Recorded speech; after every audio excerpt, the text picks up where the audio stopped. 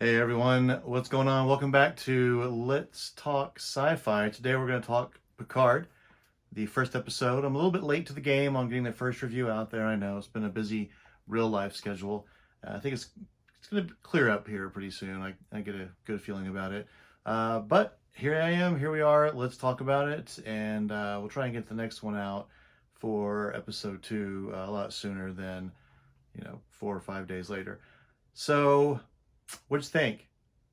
First thing I have to say is I'm very glad that I read the Countdown comics, and it helped out a lot with understanding who the two people were that lived at Chateau Picard. Had no doubt about it the minute I saw those two. I'm like, hey, they're former Tal Shiar. Spoiler alert. I know a lot of people are sort of like, I shouldn't have to pay $3.99 or however much and read a comic book to understand the TV show I'm watching. But Star Trek is really more than a TV show, than just a TV show. And I'm not promoting anything specific, but there are ways to read comic books without going to a comic book store, if you take my meaning, So there's a way to get comics if you want to. So I'm probably going to jail for that one. I have the Star Trek role-playing game, the ancient original one from the early 1970s. So, back to the episode. Really loved it. Not really what I was expecting. It sort of, I feel like it had two parts to it, and I liked the feel of slice of life Picard. Here I am. I had a dream. I woke up. I'm in this house. I'm not alone. I got a dog. Here are my friends. I've got a vineyard out here with a whole crew of people working on it. I'm a businessman. It was just, a nice little slice of life of Picard. And then the second part is where it's just boom, boom, boom, action, action, action. Those are the two different the contrasting elements of the episode. So, going into some more specifics, don't know if I mentioned this before, it is going to be spoilery, and you've had days already to be spoiled, so oops, sorry about that. Daj, wow, she didn't last very long, did she? I mean, yeah, okay, were we tricked in that? I don't know. Apparently it was obvious by looking at IMDb and seeing the / other character name on there. But she's gone. The actress is still around. I kind of like the everything put her with Picard as she should be, and I'm now, I don't know. I'm not looking forward to the hunt. Picard now has to hunt for her sister. I liked it that they were just there together. Let's move on with the next step of the plot. So not disappointed or anything. Just really kind of like the fact that it was there and already going to get rolling. Let's see, what else? Honestly, I've watched a lot of reviews and I've talked to some people and friends, coworkers, and a couple things that I want to touch on as I move across the series. A lot of people were like, why did they throw a knife at her boyfriend and kill him that way? Why didn't they just use a phaser? Well, if you've watched Star Trek or read any of the comics, you'll know that phaser fire, especially in either high secure places or odd places for it to be, can set off alarms. So just like your house or your apartment may have a smoke alarm in it, Daj's apartment possibly had a phaser fire discharge detector in it that would have alerted authorities, who would have beamed in right away and put a stop to what was going on. So a knife is silent but deadly, kind of like me sometimes, and I think that's why they used it. It just made a lot of sense. Tea Earl Grey decaf.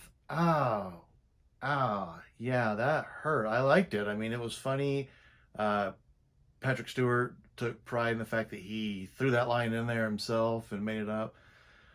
But man, I was so ignoring visually Picard's aging and Patrick Stewart's aging, but that Tea Earl Grey decaf line just, grabbed you by the heart. Number one, super adorable, was Daj's mom. Man, so memories implanted into her, as I'm sure they're implanted into her sister. And Daj's mom slash handler, is this supposed to be Maddox's wife? Wifey? Waifu? I don't know. Significant other? I was really looking for a lol connection. I was like, connect those dots. It's lol. Connect the dots. Lol, lol, lol. Connect the dots. La la la la la. Connect the dots. La la la la. La la la. I was really looking for that lol connection until he went to the Daystrom Institute, and that fell apart. But I still really like the whole concept of it is Data's daughter, unbeknownst to Data, because they used bits of his tech to create the twins. And no one is mentioning Geordi LaForge. Now, stepping out of universe, no one is mentioning Beverly Crusher either, but out of universe, we hear that Gates McFadden isn't going to be a part of it. And there's a rumor out there that Beverly Crusher's character may be pronounced dead in season 2. So she dies off screen somewhere. She died 5 years ago, 10 years ago, 15 years ago, yesterday, and we just didn't see it. But the rumor out there is that Beverly Crusher will be pronounced dead in the second season. So there's been no mention of Worf in universe, but out of universe, we're getting teased a whole lot about Michael Dorn showing up on set, but he didn't sign the slate, but he's hanging out with anyway. So I'm not going to speculate too much on Worf. Geordi hasn't been mentioned in universe. LeVar Burton, that I've been aware of, hasn't been mentioned in the real world. And like I said in my last episode, in the comics, there's only 2 of them. It doesn't take that long to read them. There are lots of pictures. Go check them out. In the comics, it talks about how Geordi is at Utopia Planitia and Picard is an admiral. I connected these dots in the last episode. During the time period that Picard is an admiral, Mars and Utopia Planitia are both attacked. During the time period that Picard is an admiral, Geordi is in charge of the Utopia Planitia shipyard, and he is personally overseeing the construction of all the rescue vessels for the Romulan sector for when the star goes nova. Mars got blowed up. Utopia Planitia got blowed up. Where's Geordi? No one's mentioned this. I think it should have been mentioned in the interview with Picard, but it wasn't. That was really odd. Also, outside of Geordi, that's it. I'm shutting the door on that one for now. The whole thing with when he gets the Earl Grey, the tech. I'm not sure how I feel about the tech of Picard, of the show. Everyone seems to be, oh, it's sci-fi. We've got to have clear screens that you can carry around and make them big or small. The piece of tech that kind of made me scratch my head was when he ordered the Earl Grey decaf, and the replicator is building it, and you can see, instead of it just being the classic swirling glitter in a bowl of water appear thing, it was lines coming out of the replicator and constructing, putting the photons together and force fields and making it. Now, when he goes back to his archive and gets the painting to look at, it's said that it was beamed into the archive. The beaming technology looked interesting because it was lines coming out and building and constructing the box just like it was with his tea Earl Grey decaf. So just a little quirk, just a little thing I noticed.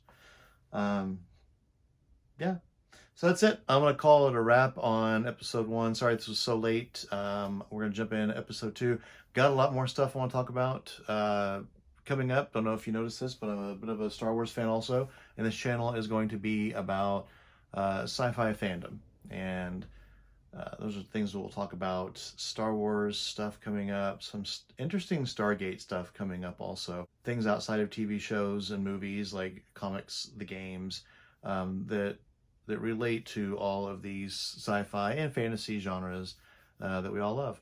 So hope to see you next time. Like, subscribe, tell your friends, and see ya.